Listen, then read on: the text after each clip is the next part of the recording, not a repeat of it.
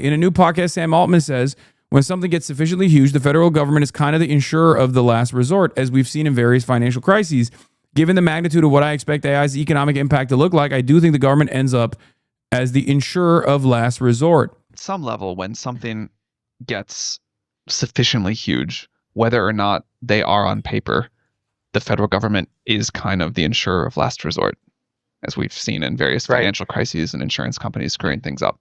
So I guess, given the magnitude of what I expect AI economic impact to look like, sort of, I do think the government ends up as like the insurer of last resort, but I think I mean that in a different way than you mean that, and I don't expect them to actually be like writing the policies in the way that maybe they do for nuclear.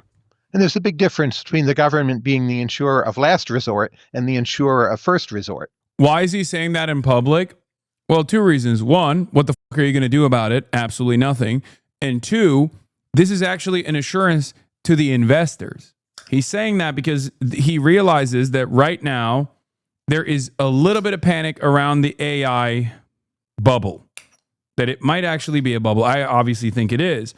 And they're over-promising something that at least more educated people keep telling me is impossible, AGI, right? The notion that they are going to have this explosive advancements in AI technology that magically arrives us at artificial general intelligence, like what you understand as like iRobot, right? Like the actual real AI, not LLMs, not just chatbots, but like real working artificial general intelligence.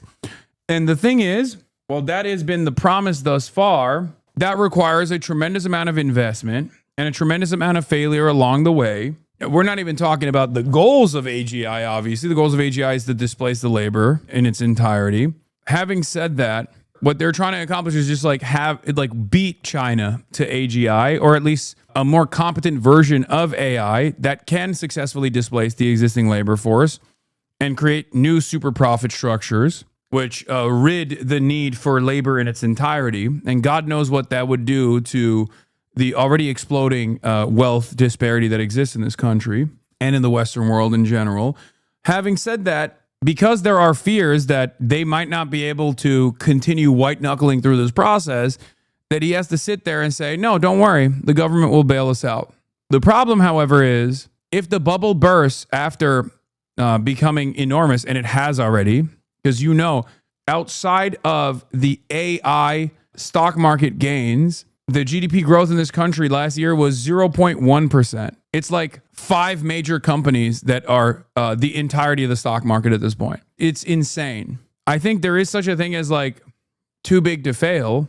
There is also such a thing as like something that has become so large that even the American government can't bail it out.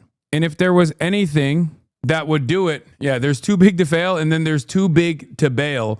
If there's anything that is close enough to being too big to bail, where it ends up cooking the American government and collapsing the global financialized economy, it could be this AI bubble. The problem is that there's a liquidity crisis, a private credit crisis, private equity is over-leveraged, commercial real estate is dying, repo is up, unemployment is the worst it's been since 2003. These are dominoes. The American government is not nimble enough to do anything about it, or competent enough to do anything about it, or the American government structure, albeit still incredibly powerful, does not have the proper tools to do anything about it, because their entire purpose is to advance the interests of capital. And capital has a tendency to self-destruct. Capital is so invested in short-term gains that they don't even realize the broader long-term consequences of these actions, of this gamification of the system. So they get ahead of their own long-term stability interests. Because when everything collapses, you're cooked. All of the wealth in the world will not help you, right? What are you going to do? Even if you are so wealthy that you can hire like private mercenaries to defend you and hire private services that only serve the interests of the super, super, super wealthy, do you really want to live in that world? Like, what good is that world if it does not, if it's not the world that we know right now? Does it matter? Is it even worth living in a world like that? And the same argument can be made for climate change as well, where it's like a lot of these wealthy billionaires think, we can overcome, especially in the short term, the most damaging aspects of anthropogenic climate change. But it's like, but do you want to live in a world where there is extreme weather conditions all the time? Like, are you that short-sighted that you can't see that this is not a habitable world to live in, especially for your next generation as well? It's crazy. Yeah, OpenAI is the gargantuan AI bubble. It lost $12 billion last quarter, but keeps announcing huge new deals to invest in companies with money it doesn't have. So OpenAI wants a U.S. federal backstop for the government to back its investments. Too big to fail 2.0. OpenAI's CFO didn't just say the company wants a federal backstop for chip investment. She said, and I think we're seeing that, the U.S. government has been incredibly forward-leaning. Then she immediately took to LinkedIn to claim that's not what she meant.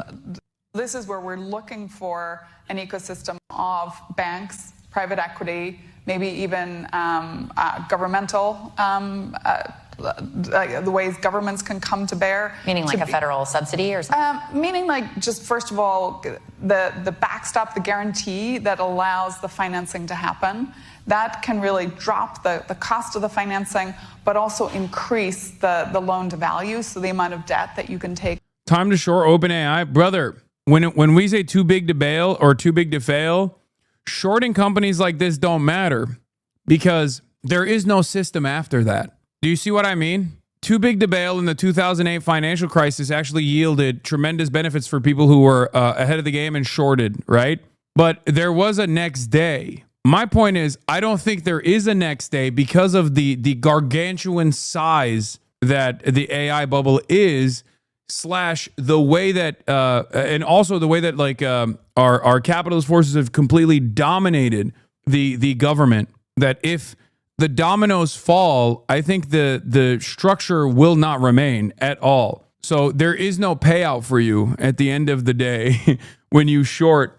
There is no payout for you at the end of the day when you actually successfully short, like and time the perfect opportunity to short the AI bubble, right? Because if that fails, then everything is gone. It's still not as big as .com, and there was the next day in 2000. You're wrong. Okay, maybe I don't understand it. OpenAI is not a public company / in the stock. It would be Nvidia. Its value at $1 trillion. I disagree. It will be super bad, but not the end of the USA. I don't know. Maybe I'm being too alarmist. On top of an equity portion for some federal backstop for chip investment. Exactly. And I think we're seeing that. I think the reason why I don't think you can compare this to the .com bubble is because there was still, like, it was a different time, right? There were still companies that were building shit. Not every aspect of the American industry or not every aspect of the American market was bankified as it is currently. Like, there wasn't an entire collapse in confidence that destroyed everything. Whereas right now, I think the opportunity is ripe for a complete collapse because everything is built around the confidence that the American government has to keep things going. And they're saying it. I mean, that's what Sam Altman is saying here. They're saying, like, don't worry, the American government has us. It has our backs because if we fail, then everything falls apart. This is the gamble that the American government has made, which basically says, like, no, this is the next initiative in tech, and it's not going to be born about from the public sector and the public research, which has a lot more room to fail, and you can dump a lot of money into it and make it fail on the sidelines until you actually reach world-changing success like DARPA with the internet, right? This is in front of you, in front of your eyes, as material conditions are worsening, and where all systems go, we're just like entirely reliant on this pie in the sky technological achievement that will arrive us at this completely new world. We're not even thinking about like the ethical considerations. We're not thinking about the considerations of like what the next day will look like. I'm not even getting into that. I'm not even getting into that side of things because, like, who knows how that will work? Who knows how that will look like? One thing no one talks about is how normal investors don't like this gamblingization of the stock market. For example, Warren Buffett is sitting on a lot of cash, around $400 billion, and is waiting for the bubble, so there's many boomers. That means no money in circulation. Trump just compared himself to FDR and True Social because he's going to propose a new lifetime of debt, 50-year mortgage plan as a solution to the housing crisis. Oh my God. It comes back to the contradiction between the forces of production and the relations of production. Technological development directly undermines a society anchored around wage labor. Yes. The difference, however, is that I think liberal capitalist society has done a fairly good job up until recently of making people feel like their material conditions are improving. Although wealth is a relative construct, although poverty is a relative construct, right? And therefore, when the living conditions of the bottom slowly gets better and better, right? People do think, well, things aren't that bad. And to a certain degree, they're correct. We are not at the Great Depression level yet, right? We are not at the level of like mass starvation. The wealth disparity that exists is even larger. It's larger than the time of the French Revolution. It's larger than the Gilded Age. It is larger. But the reason why there is not the same level of discontent, that existed back then that caused people to take up arms and engage in violent revolution, right? Whether it be a bourgeois revolution or not, it doesn't matter. It was still a violent revolution, or even a more modest reformist version of that, like we saw with the New Deal. But even though then there was a lot of labor militancy and a lot of discontent and a lot of violence that took place in the buildup to that reformist way of getting out of that crisis. Also, at the time of the French Revolution, the church was the only propaganda tool for the aristocracy to justify its power. 50-year mortgage at 20 years old means you finish at 70 with no extra payments. Yeah. Let's see what Lena Khan had to say about this AI stuff. We're also now hearing increasingly a lot of these executives admit that there's probably a bubble here, that they're, over-investing. And just this last week, we heard suggestions from one of the companies that, maybe the government's going to need to bail us out one day. And so, I think all of the concerns around privatizing benefits and profits, but socializing risk and pain is something that they very much seem headed towards. And we're going to need a really assertive government to really stand up to that. And I worry that's the last thing we have in place right now. Yeah. I don't know where we go from here.